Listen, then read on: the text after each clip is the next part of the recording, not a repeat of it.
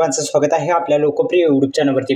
अनेक शेतकऱ्यांना प्रश्न पडलेला आहे की आता 8वा हप्ता जो वितरित झाला नमो शेतकरी महासन्मान निधी योजनेचा दुपारी 1 वाजता तो हप्ता कोणत्या नेमका जिल्ह्यामध्ये आलेला आहे आणि आपण जर पाहिलं तर 8वा हप्ता काही राज्यामध्ये म्हणजेच आपलाच महाराष्ट्र राज्यामध्ये कोणकोणत्या जिल्ह्यामध्ये आलेला आहे आणि डीबीटी मार्फत जी डायरेक्ट बेनिफिट ट्रान्सफर जो आहे या प्रणालीद्वारे रक्कम थेट शेतकऱ्यांच्या बँक खात्यामध्ये जमा करण्यात आलेली आहे आणि यावेळी जर पाहिलं तर कोणकोणत्या जिल्ह्यामध्ये आला या संदर्भात आपण संपूर्ण माहिती आणि आर्थिक बळकटीसाठी सातत्याने प्रयत्न केले जातात या योजनेच्या माध्यमातून। आणि या योजनेचा हप्ता जो आहे तो आता कोणकोणत्या शेतकरी बांधवांना आलेला आहे, कोणत्या जिल्ह्यातील आलेला आहे, जिल्ह्यानुसार टाकण्यात आलेला आहे का, या व्हिडिओच्या माध्यमातून आपण सुद्धा माहिती पाहणार आहोत। त्यामुळे वेळ न लावता आपण या यूट्यूब चॅनलला सबस्क्राईब केला असेल आणि बेल आयकॉन जो आहे तो जर ऑल प्रेस केला तर निश्चित आपल्यासाठी ही जी माहिती आहे ही सर्वात अगोदर मिळत राहील। या यूट्यूब चॅनलला फक्त सबस्क्राईब करा। चला तर वेळ न लावता मी व्हिडिओला सुरुवात करतोय।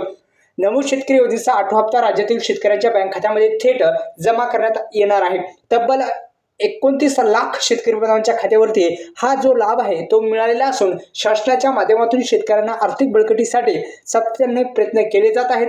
आणि आता कोणकोणत्या जिल्ह्यामध्ये आले आहेत, जिल्ह्यानुसार आलेले आहेत का, जसे की आपण पाहिलं छत्रपती संभाजीनगर असेल, पुणे जिल्हा असेल किंवा इतर कोणतेही जिल्हे असतील, या 36 जिल्ह्यापैकी कोणकोणत्या जिल्ह्यामध्ये जसे की नांदेड असेल किंवा यवतमाळ असेल, जे काही जिल्हे आहेत या जिल्ह्यानुसार देण्यात आलेला आहे का हप्ता, तर असं काही नाही। थेट शेतकरी बांधवांच्या खात्यावरती सर्व शेतकरी बांधवांच्या खात्यावरती 8वा हप्ता आलेला आहे। जे कोणी लाभार्थी शेतकरी आहेत त्यांच्या खात्यावरती हा हप्ता जमा झालेला आहे।